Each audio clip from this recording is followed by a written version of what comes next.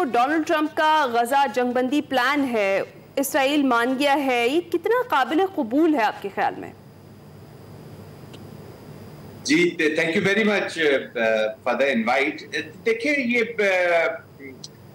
असल तो कहते हैं ना, वो details, devil lies in the details ji. कि अभी आप इसकी ऑपरेशनलाइजेशन जब होगी तो उस पे पता चलेगा कि कितना इम्पैक्टिव है। But unfortunately we need to understand कि इस वक्त गाजा में जो जेनोसाइडल एप्लीकेशन है वो इतनी भयानक हो चुकी है कि न सिर्फ इस जंगबंदी मुआहदे को करना है, हमने इस जो स्टेट ऑफ इजराइल है या इस जिस तरह का हिंदुत्व बेस्ड हमारे रीजन में इंडिया की स्टेट के हालात हो चुके हैं भारत के, इनकी तो रीह्यूमनाइजेशन होनी बड़ी जरूरी है। तो पहले तो आई थिंक बगैर किसी डिटेल्स में जाए हुए, आई मीन बगैर जंगबंदी का होना बड़ा जरूरी है for the people of the Gaza. जो सेंटर ऑफ द ग्रेविटी होने चाहिए, सेंटर ऑफ द डिस्कशन होने चाहिए जी इस वक्त।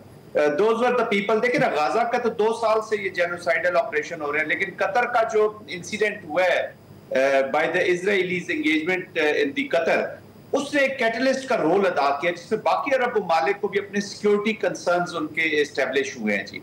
और जो गारंटीज उनको पीस की दी जा रही थी, तो उनके बारे में एक एप्रीहेंशन आई। अब कतर वाला जो इंसिडेंट है उसमें जो अब माजरत तो कर ली है नेतन्याहू ने कल, आई एम श्योर कि ये प्रेसिडेंट ट्रंप के प्रेशर पर की होगी। तो strings are with United States of America जी। Let's be very very realistic. Yes, तमाम मुस्लिम ममालिक जो है ये अरब कंट्रीज हैं, और पाकिस्तान भी उसमें खास तौर पर द पीपल ऑफ गाजा और पाकिस्तान का जो मफाद है वो भी इसी चीज में जुड़ा हुआ है कि यहाँ पे अमन हो, क्योंकि मिडिल ईस्ट के रिपरकशंस, स्पिल ओवर हमारे रीजन को और हमारे मुल्क को डायरेक्टली एंड इनडायरेक्टली बहुत कहीं ना कहीं असरअंदाज हो रहे हैं। लेकिन डॉक्टर जमील, पहले तो आपको गुड मॉर्निंग और thank you very much for joining us. Doctor Jamil, आप बताइएगा कि आप सिफारती सतह को, सिफारती ताल्लुकात को बहुत अच्छे तरीके से समझते हैं। डोनाल्ड ट्रंप ने कई बार नाम लेकर वजीर आजम और फील्ड मार्शल का शुक्रिया अदा किया है, आप इस चीज को कैसे देखते हैं? वो शुक्रिया अदा करते हुए थक नहीं रहे? जी हाँ, सुबह बखैर। और आज की सुबह एक नई किरण के साथ, एक नई उम्मीद के साथ उभरी है इस उफक पर, दुनिया के उफक पर, इस रीजन के उफक पर, और कुछ आस और उम्मीद लेकर आई है।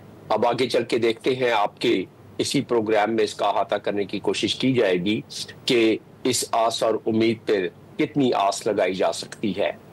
मैंने जो गुफ्तगू हो चुकी है, और आपके सवाल का पहले जवाब दे दूं, फिर उसके बाद कोई 2 मिनट का मैं तबसरा करना चाहूँगा। नाम लेकर कोई बाकी ममालिक के सरबराहान का भी नाम दिया, खास तौर पर इंडोनेशिया और पाकिस्तान का नाम लिया। इंडोनेशिया की जब तकरीर की थी सदर ने जनरल असेंबली में, उस वक्त भी मैंने कई चैनल बशमूल आपके चैनल पर तबसरा किया था कि जो 20,000 फौज उन्होंने ऑफर की और कहा कि इजराइल की सिक्योरिटी भी तो जरूरी है, वो भी हमें गारंटी देनी पड़ेगी। तो ये उससे अंदाजा होता था कि ये कंसल्टेशन जो चल रही है डोनाल्ड ट्रंप की अरब और मुस्लिम ममालिक से, जिसमें पाकिस्तान भी सर फहरिस्त था। और पाकिस्तान तो इसलिए सर फहरिस्त ज्यादा था कि पाकिस्तान के साथ, यानी पाकिस्तान के फील्ड मार्शल के साथ और प्राइम मिनिस्टर के साथ एक तवील मीटिंग की गई व्हाइट हाउस में, तो जिससे एक बिल्कुल आम नतीजा। और वो क्यों हुआ? क्योंकि आपके सवाल का जवाब यहाँ से शुरू होता है कि आपका डिप्लोमेटिक प्रोफाइल, आपकी कंट्री का प्रोफाइल बढ़ा। और वो क्यों बढ़ा? इसलिए कि जो आपने हाल ही में 2 बातें की। एक तो ये है कि आपने अपनी जो मिलिट्री डिप्लोमेसी और ट्रेडिशनल डिप्लोमेसी को साथ लेके चले, बल्कि ट्रेडिशनल डिप्लोमेसी को दवाम बख्शा मिलिट्री डिप्लोमेसी ने।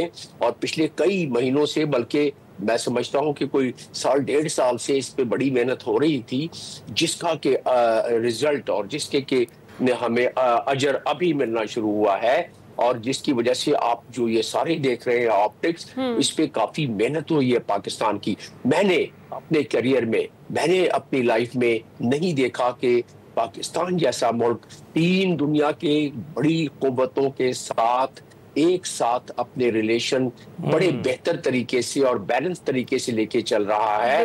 मेरे तजर्बे में ऐसा नहीं है, और ये मेरी तमन्ना है कि हमारी ये जो मोमेंटम कायम हुआ है वो निचली सतह तक, हर एम्बेसी तक ये मोमेंटम बरकरार रहे। और मेरी तजवीज भी यही है के सफारतकारों को भी डेली बेसिस पर इस मामले में हिदायत और ब्रीफिंग देनी चाहिए कि वो अपने अपने होस्ट कंट्रीज में वो इसी अंदाज में अपने मौक़िफ़ को पेश करें ताकि हमारा प्रोफाइल ये मेंटेन रहे। करेंगी डॉक्टर साहब, बिल्कुल दुरुस्त फरमा रहे हैं आप। इसी तरीके से ही ये प्रोफाइल जो है बिल्ड किया जाना चाहिए और ये नैरेटिव जो है इसको मेंटेन किए रखे जाना चाहिए। ज़ाहिद महमूद साहब, जिस तरीके से अभी हम ये जो जंगबंदी माहिदा है इसका जिक्र कर रहे हैं, इसकी जो अहम तजवीज़ है वो ये है कि अमरीका, अरब और बैनुल-अक़वामी जो शराकतदारों के साथ मिलकर एक आर्जी जो बैनुल-अक़वामी इस्तेहकाम फोर्स है यानी ISF है जो तश्कील देगा और वो फौरी तौर पर गजा में तैनात की जाएगी। इसको आप कैसे देखते हैं? जी, दिस इज वेरी इफेक्टिव। देखिए, वहां पे मैकेनिज्म तो कोई है नहीं, कोई मिलिट्री या कोई सिस्टम्स इन गाजा जो है या पैलेस्टाइन के अंदर वो काफी हद तक कोलैप्स हो चुके हैं जी। हमास का रोल वो वहां पे देखना नहीं चाहते end of course this is international application. इसको देख के बेसिकली तो इन्होंने पीस मैनेजमेंट और इफेक्टिवनेस ऑफ सीज फायर को देखना है। सबसे इंपॉर्टेंट चीज है जी जो सीज फायर है कि उसको कैसे मेंटेन किया जाता है, उसकी वायलेशन ना हो उसको। और दूसरा ये है कि ह्यूमैनिटेरियन जो क्राइसिस हो जाती है जी, लेट्स से कि जो इंसानों का वहां पे कत्ले आम वो ना शुरू हो जाए, कोई लूटिंग ना शुरू हो जाए, कोई लॉ एंड ऑर्डर की मेंटेनेंस तो मल्टीपल है जी। बॉर्डर मैनेजमेंट भी होगी ताकि बॉर्डर्स को कोई अल्टर ना कर सके, उसके बाद कोई इंकर्जन्स ना हो सके और दोनों तरफ से, न सिर्फ आई मीन हमास पे अगर वो शक शुबहात करते हैं तो लेट्स से कि वहां से कोई एलिमेंट ऑपरेट करते हैं। और एक चीज याद रखिएगा ना, इंटरनेशनल इस तरह के इंटरनेशनल जो चीजें चलती है उनके अंदर हमने देखा है कि नॉन स्टेट एक्टर्स और स्पॉयलर्स भी बहुत शामिल हो जाते हैं। बहुत से लोग होंगे दुनिया में जिनको तकलीफ होगी और थोड़ा सा एक डाउट रहता है हमारे ज़हन में, तो कम से कम रहेगा जब तक हम प्रैक्टिकली उसको देखेंगे नहीं, कि अगर ग्रेटर इजराइल का मंसूबा अभी तक दिमाग से नहीं निकला, वो प्लान्स में कहीं ना कहीं पड़ा हुआ है, तो फिर कोई ना कोई कासस बुलाए, कोई रीजन फॉर द वॉर या कॉन्फ्लिक्ट आगे उसको बढ़ाने के लिए निकाल दिए। कल प्रेसिडेंट ट्रंप भी बार-बार नेतन्याहू को यही कह रहे थे कि you will have the freedom of action अगर आप समझते हैं कि हमास खत्म नहीं होती। अब अगर हमास नहीं मानता है, हमास डोमेस्टिक पॉलिटिक्स हमास की जानिब से जनरल साहब 2 दिन मांगे गए हैं और तजावीज़ पर जो है नजरसानी करने के लिए आपसे ये दफाई तजिया ही चाह रहा था मैं डॉक्टर जमील की इजाज़त से। ये बताइएगा कि आपने पहले सवाल में के जवाब में जो कुछ बताया, कतर पर जो हमला हुआ और उसके बाद माफ़ी मांगी गई और हम देखते हैं कि इस वक्त अमन मंसूबा पेश कर दिया गया है और जो वहाँ पे कोलैटरल डैमेज हो चुका है, क्या अमन मंसूबा नेतन्याहू और इसराइल के हक में है? और दूसरा ये कि अब अरब ममालिक कतर पर हमले के बाद, इस मुआफ़ी के बाद अमेरिका की सिक्योरिटी को कैसे देख रहे हैं और इसराइल की जारहियत को कैसे देख रहे हैं? देखिए, 2-3 चीजें आपने पूछी हैं। पहली बात तो यह कि कतर का पूरा अरब जो वर्ल्ड है जी, उसका जो अपने सिक्योरिटी आर्किटेक्चर है वो चैलेंज हुआ है जी।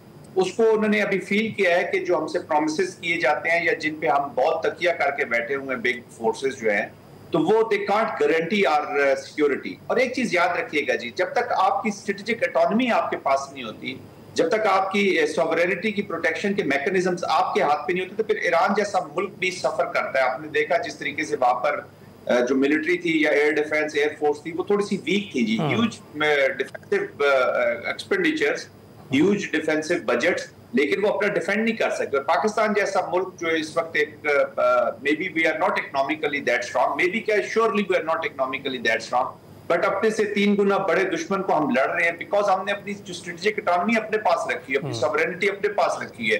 डेटरेंस, मिलिट्री में जी डेटरेंस होती है कि डेटरेंस आप पे रीगेन करनी होती है। अगर कतर ने डेटरेंस लूज किया टू द इजराइल तो इमीडिएटली उनको डेटरेंस रीगेन करनी थी, लेकिन उन्होंने for the people of Gaza में भी या पैलेस्टाइन या जो भी कंपल्शंस है उनकी डिप्लोमेटिक पॉलिटिकल कंपल्शंस, उनकी वजह से वैसा रिस्पॉन्ड नहीं कर पाए।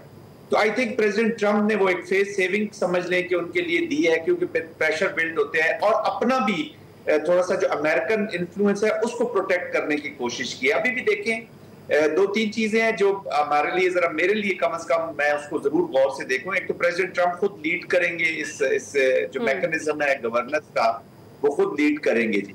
और पास्ट में जो टेसिट अप्रूवल्स अगर कुछ भी इजराइल करेगा तो आपको पता है बदनाम ज्यादा बदनाम क्या मतलब है, शक से देखा जाता अमेरिका को है जी। अभी इजरायली एप्लीकेशन तो पैलेस्टाइन के खिलाफ होगी, लेकिन इंटरनेशनल कम्युनिटी में आप स्ट्रेटेजिक आप पिक्चर में देखें तो हेट अगेंस्ट अमेरिकन बढ़ी है। अच्छा, within America 2/3 of American जो है वो कहते हैं जी कि they are against the Israeli action, लेकिन जो एलीट कांग्रेस है वो वी आर अंडरस्टैंड कि मैं जिस तरफ हिंट कर रहा हूँ, तो ये वो चीजें मुझे देखनी होंगी।